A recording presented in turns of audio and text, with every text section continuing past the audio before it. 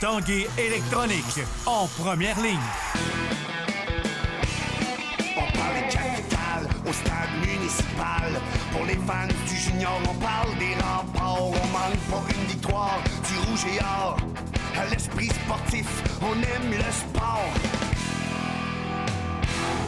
Salut et bienvenue à l'Esprit sportif. Aujourd'hui à l'émission, on vous parle d'un jeune boxeur de la région qui participera à un championnat du monde dans les prochaines semaines. Il s'appelle Thomas Chabot. On vous présente ça un peu plus tard dans l'émission. On vous parlera aussi de l'athlète de taekwondo Maxime Potvin qui a remporté une médaille aux Jeux panaméricains de Toronto. Mais tout d'abord, parlons de motocross avec le soleil qui se présente, en espérant qu'il sera là en fin de semaine. L'événement Motocross Deschambault, le plus grand événement de motocross de toute la région de Québec. Les meilleurs pilotes amateurs et professionnels s'y présenteront en fin de semaine. J'ai rencontré quelques pilotes, ainsi que le président du club MX Deschambault, Daniel Thibault.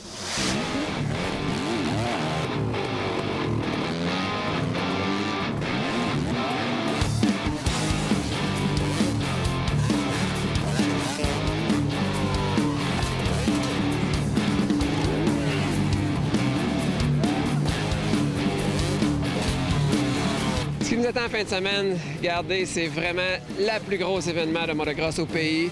C'était notre objectif. Ça fait 3 ans qu'on travaille à temps plein sur cet événement-là. On a réussi à monter l'événement de Deschambault avec le championnat national Rockstar Energy et le championnat national E-Ken, le plus gros événement au pays. Pourquoi?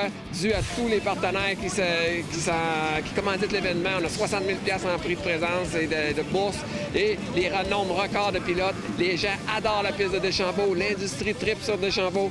On met énormément d'argent sur les infrastructures. Bon, bien, mission accomplie. On est rendu vraiment à la plus belle événement de motocross au pays.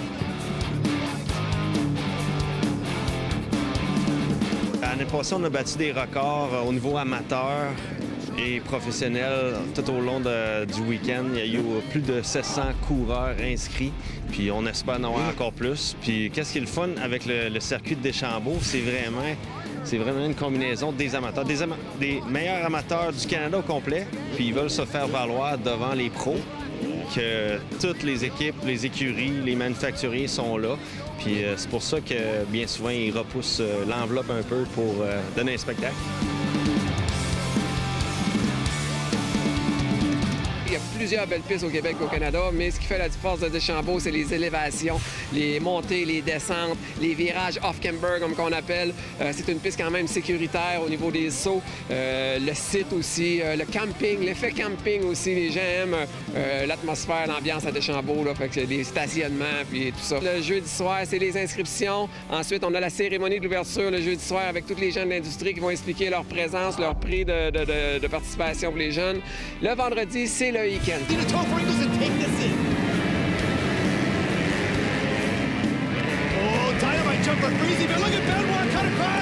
C'est le championnat national amateur avec les meilleurs pilotes amateurs de l'Est du Canada toute la journée.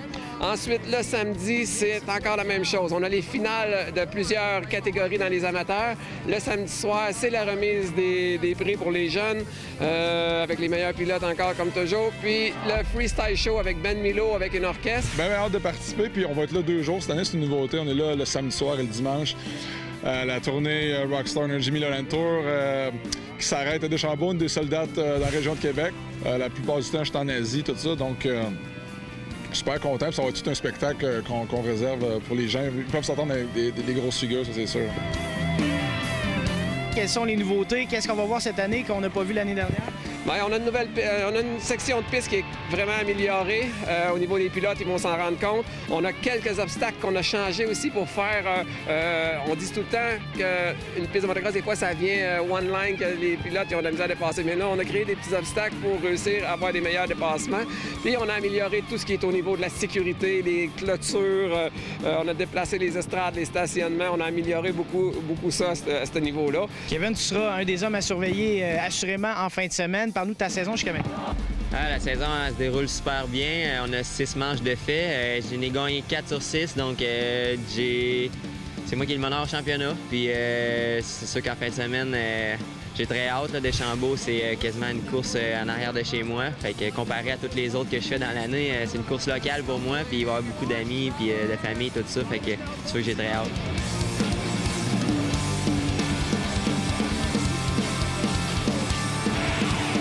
Il y a deux gars avec qui je me suis bataillé beaucoup cette année. C'est l'Ontarien Jeremy Medaglia, puis l'autre c'est l'Américain Jamie Decotis. Les victoires se sont jouées entre nous cette année. Fait que c'est sûr que c'est ces deux gars-là qui vont être à surveiller, c'est sûr. Puis le dimanche, ben, c'est la crème. C'est le championnat national Rockstar Energy avec les meilleurs pilotes. C'est la Formule 1 de Montréal en automobile, mais en motocross qui se déplace à Deschambault. Les grosses vannes de course, les pilotes de l'Australie, les Américains. On a vraiment du calibre incroyable cette année. Puis on a des finales aussi pour les enfants en Super Mini. Tantôt, on a vu un petit jeune donner une démonstration. Bon, mais on a la finale pour nos petits pilotes et aussi la relève qui est les juniors en MX3 que les spectateurs vont pouvoir voir le dimanche après-midi aussi. Comme tout le monde le dit, Gare Deschambault, c'est la plus belle track du Canada. C'est une des plus belles tracks en Amérique. C'est un circuit international puis pour accueillir les plus extrêmes du motocross. On veut vraiment un happening à Deschambault, puis c'est vraiment qu'on veut que ça soit accessible pour tout le monde.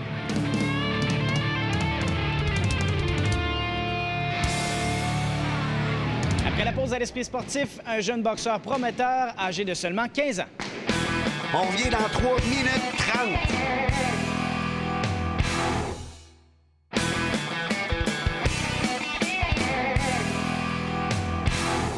Un jeune boxeur de la région de Thetford Mines âgé de 15 ans partira dans les prochains jours à Kansas City pour participer au championnat du monde Ringside. Aujourd'hui à l'Esprit sportif, on vous présente Thomas Chabot.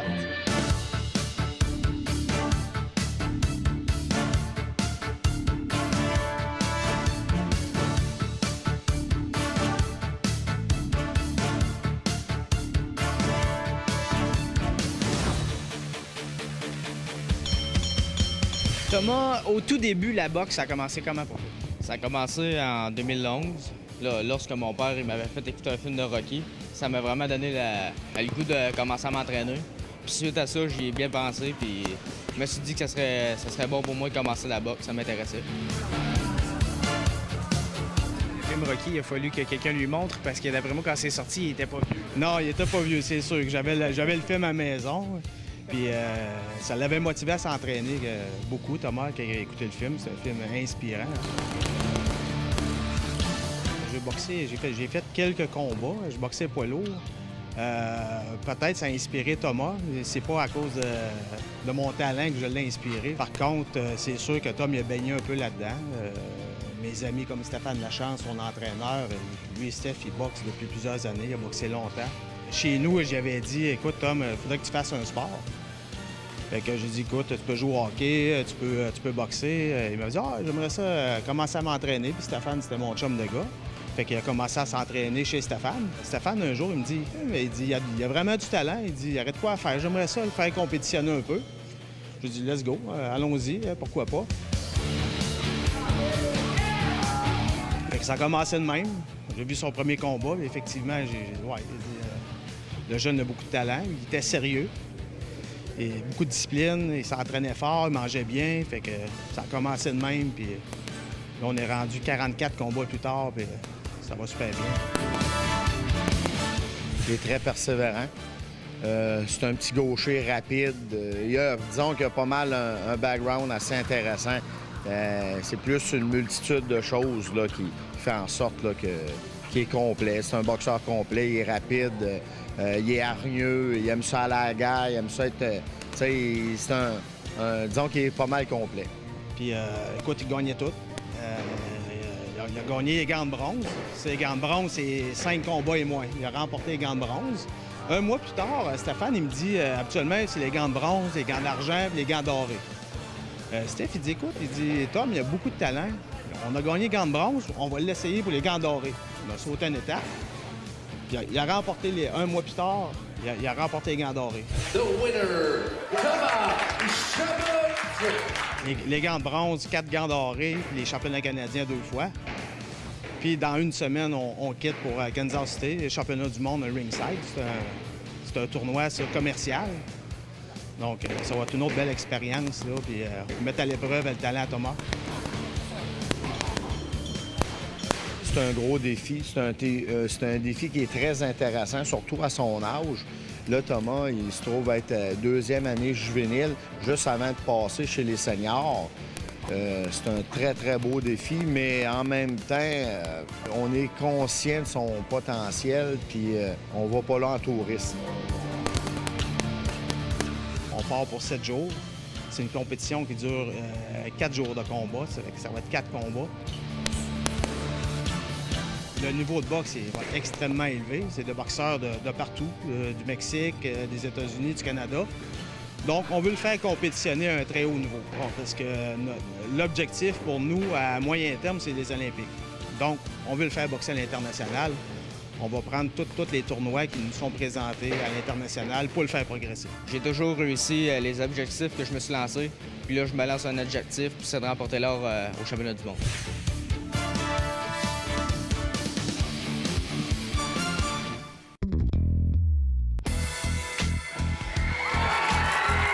Il n'y a pas que les Remparts qui déménageront dans un nouveau domicile à l'automne. Un autre club de hockey de la région de Québec le fera aussi. Le Blizzard du séminaire Saint-François partira du PEF pour s'installer dans le nouveau complexe sportif multifonctionnel de Saint-Augustin-de-Desmaures. Ce mouvement rapprochera la formation Midget 3 de l'établissement scolaire auquel il est rattaché. C'est le début du nouvel ère pour le Blizzard qui célébrera son 40e anniversaire cette année en même temps que le circuit qui l'accueille. Construit au coût de 30 millions de dollars, le complexe sera doté de 2 patinoires et 2 piscines livrées le 3 septembre prochain. La patinoire principale pourra accueillir jusqu'à 700 partisans.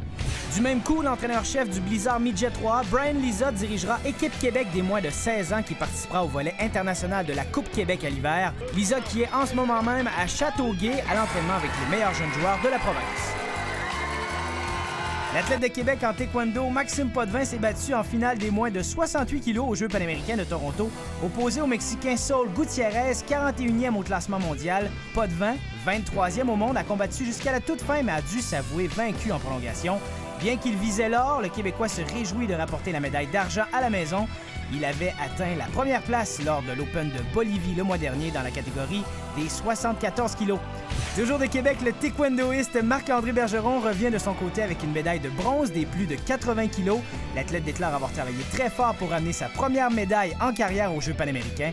En gardant les Jeux olympiques de Rio dans la mire, la prochaine étape importante pour les deux combattants, le Grand Prix de Moscou à compter du 8 août.